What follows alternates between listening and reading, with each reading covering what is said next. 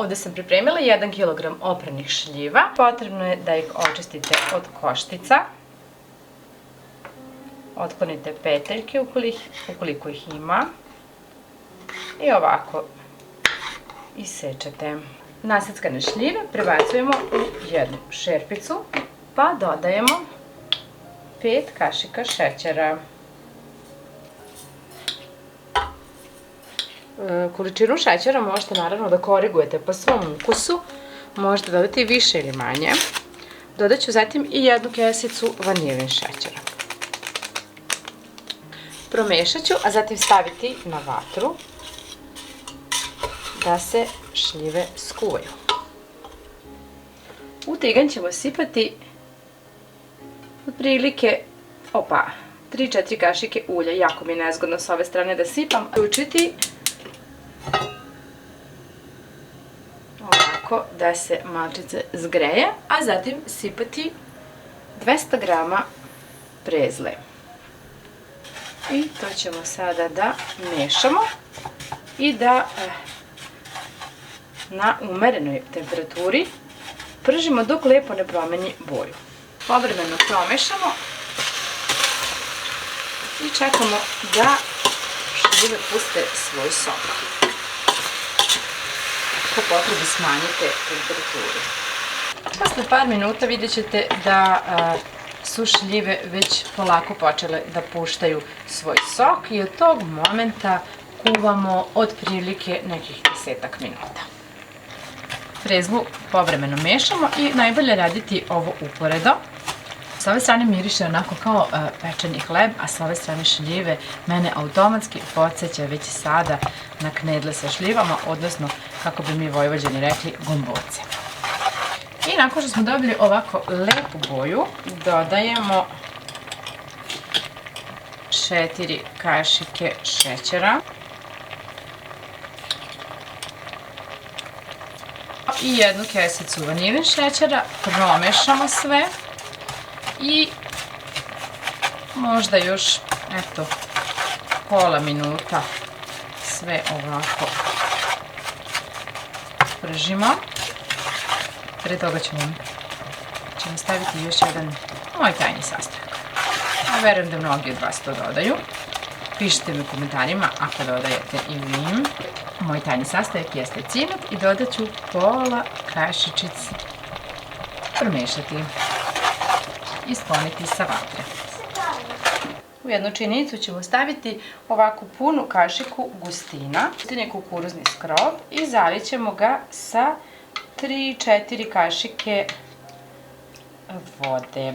Promešati. Umjesto gustina možete dodati brašno. Brašna i gustina možete dodati 2 kašike pekmeza od šljiva. 2-3. Smanjit ću još malo temperaturu. Dodat ćemo i gustin. Smanjiti još malo temperaturu i mešati ovako minut, pa ja mislim minut, jedno je dovoljno, da se šljive zgusnu, odnosno ovaj lepi sos.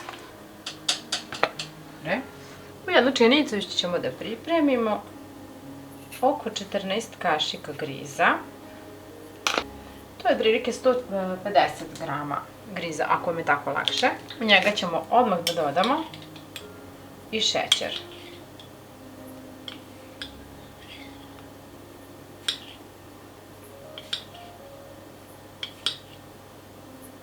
Ja ću dodati 7 kašika šećera i 1 kesicu vanilin šećera. Ovo je onaj šećer bourbon vanila, ali može i običan.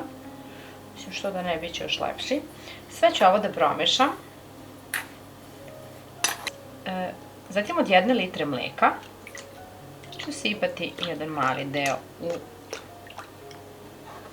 ovu smesu, odnosno u griz, pa mešati kako bih lepo razmutila, kao kad kuvate puding. Ne morate, možete najnormalnije da skuvate griz, ali ovo je sigurna varijanta da se neće zgrudvati. Ostatak mleka sipamo u šerpu i stavljamo da se kuva na šporet. Dok čekamo mleko da proključa, u neku posudu ili pleh veličine 20 sa 30 ćemo sipati malo ulja, a zatim ovako razmazati. Prezle podeliti na 2 jednaka dela i prvi deo posuti po dnu. Zatim ovako izravnati i malo utapkati.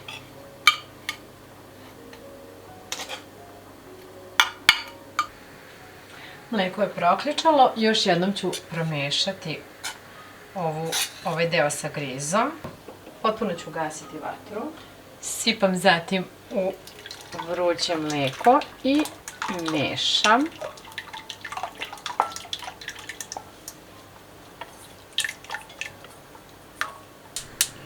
Uključit ću ponovo ringlu, zatim smanjiti i mešati 2-3 minuta dok se ne zgusne griz. Kada smo vidjeli da se griz ovako već lepo zgusno, nećemo da ga zgusnemo preterano. Ugasit ću ponovo ringlu i dodati maslac. Ovo je sobne temperature, već se je otopio. 70 grama maslaca i to mešam dok se skroz ne otopi.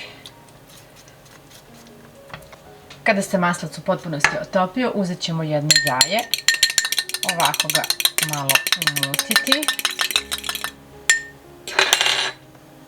zatim dodati uz mešanje. Morate brzo da mešate, ringla je ugašena. Ili sklonite sa ringle, meni je ovo plin pa mogu da ugasim. Ne moram da sklanjam. Mešam i zatim uključim da bukvalno baci još jedan ključ kako bismo bili sigurni da se ovo jaje u potpunosti skuvalo. Proključala je još jednom, promešala sam i to je to. Sada je potrebno da sipamo otprilike polovinu griza. Znači, ovako ja ću ga podeliti na pola i sipamo preko. Raspoređujemo ovako svuda jednako jer malo je nezgodno da se izravna kasnije. Sada ćemo da izravnamo. Ovo moramo da radimo brzo i dok je još vruće. Sada sipamo smesu sa šljivama. Promešajte pre nego što sipate. I ovako rasporedite sada svuda.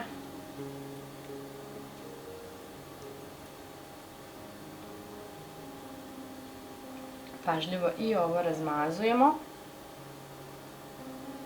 I odozgo ćemo posuti drugi deo prezli. Izravnate sve. A zatim najpre ostavite malo na sobnoj temperaturi, nekih pola sata, i onda stavite u frižider da se dobro stegne, najbolje da prenoći. Evo sutradan da isečemo.